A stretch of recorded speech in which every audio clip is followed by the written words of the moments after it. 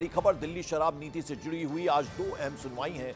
Supreme court Arvind Kejriwal की उस याचिका पर आज फैसला सुनाएगा जिसमें उन्होंने अपनी गिरफ्तारी और रिमांड को चुनौती दी है। तो वहीं आज राउज एवेन्यू कोर्ट में अरविंद केजरीवाल की वीडियो कॉन्फ्रेंसिंग के जरिए पेशी है, क्योंकि उनकी हिरासत जो है वो आज खत्म हो रही है, लिहाजा उन्हें राउज एवेन्यू कोर्ट में पेश किया जाना है और ये वीडियो कॉन्फ्रेंसिंग के जरिए पेशी होगी। दूसरी तरफ सुप्रीम कोर्ट ने फैसला सुरक्षित रखा था, आज फैसला सुनाएगा सुप्रीम कोर्ट। और आपको बता दें, उन्होंने अपनी गिरफ्तारी और रिमांड को लेकर चैलेंज किया था, चुनौती दी थी।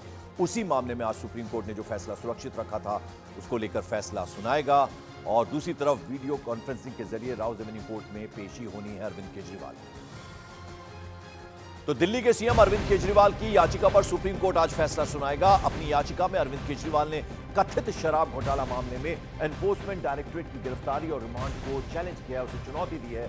जस्टिस संजीव खन्ना और जस्टिस दीपांकर दत्ता की बेंच ने 17 मई को फैसला सुरक्षित रख लिया था, जिस पर आज सुबह 10:30 बजे यानी कुछ ही देर में फैसला आ सकता है। तो एक तरह से बड़ा दिन अरविंद केजरीवाल के लिए, सबकी निगाहें सुप्रीम कोर्ट के फैसले पर टिकी होगी।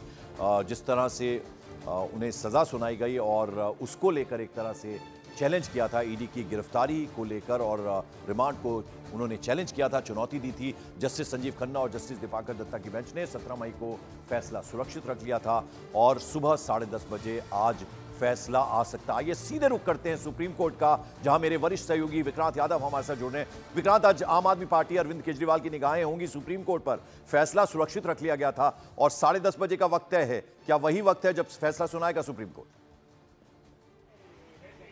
देखिए, मुझे तो लगता है पंकज की आम आदमी पार्टी और अरविंद केजरीवाल से ज्यादा जो ईडी के कामकाज पर जिस तरह से लोग नजर रखते हैं उस पर भी एक बड़ा फैसला ये होगा। और ईडी की जो पीएमएलए की धाराएं हैं उसको इस जजमेंट में परिभाषित किए जाने की पूरी संभावना है, क्योंकि जो ये जजमेंट है इसमें अरविंद केजरीवाल ने अपनी अरेस्टिंग को चैलेंज किया है और कहा है कि जिस तरीके से उनकी अरेस्टिंग जिस तरह से ईडी ने की है वो कानूनन की ही नहीं जा सकती थी। और कई बार राजनीतिक दल, जो विरोधी विपक्षी राजनीतिक दल हैं, वो खास तौर पर ईडी पर इस तरीके के आरोप लगाते हैं कि पीएमएलए के प्रावधानों का दुरुपयोग किया जाता है। तो आज का फैसला सुप्रीम कोर्ट का बहुत ही अहम होगा, क्योंकि सुप्रीम कोर्ट अगर अरविंद केजरीवाल को कोई राहत देती है तो निश्चित तौर पर उनके लिए इससे बड़ी कोई खबर नहीं होगी अगर उनकी गिरफ्तारी को इलीगल करार दिया गया। लेकिन अगर उनकी गिरफ्तारी को लीगल करार दिया गया तो निश्चित तौर पर उनके लिए, उनकी पार्टी के लिए बहुत बड़ा झटका होगा। और ईडी और बाकी ईडी भी ये कहने में आगे सक्षम होगी कि उसने जिस तरीके से अपनी कार्रवाई की थी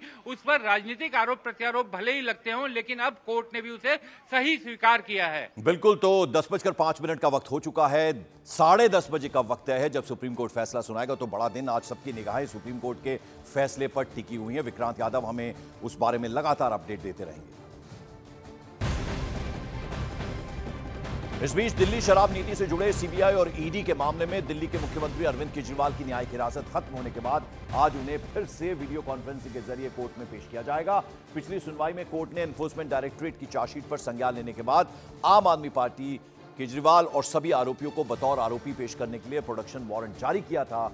इस मामले में ईडी के बाद अरविंद केजरीवाल को सीबीआई ने पूछताछ करके गिरफ्तार कर लिया था। तो आज न्यायिक हिरासत खत्म हो रही है और एक बार फिर से पेश किया जाएगा अरविंद केजरीवाल को, लेकिन वीडियो कॉन्फ्रेंसिंग के जरिए अरविंद केजरीवाल की आज ये पेशी होगी। और शराब नीति केस में ईडी ने मंगलवार को राउज एवेन्यू कोर्ट में सप्लीमेंट्री चार्जशीट दाखिल की थी।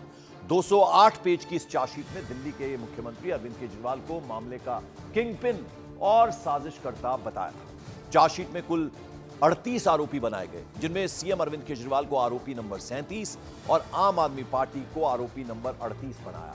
एनफोर्समेंट डायरेक्टरेट ने कहा कि रिश्वत के पैसों के गोवा चुनाव में इस्तेमाल की जानकारी अरविंद केजरीवाल को बाकायदा थी और वो इसमें शामिल थे। इस चार्जशीट में सबसे बड़ी बात यह है कि एनफोर्समेंट डायरेक्टरेट ने बताया कि अरविंद केजरीवाल और आरोपी विनोद चौहान की व्हाट्सएप पर बात हुई और व्हाट्सएप चैट की डिटेल भी चार्जशीट में दी गई है।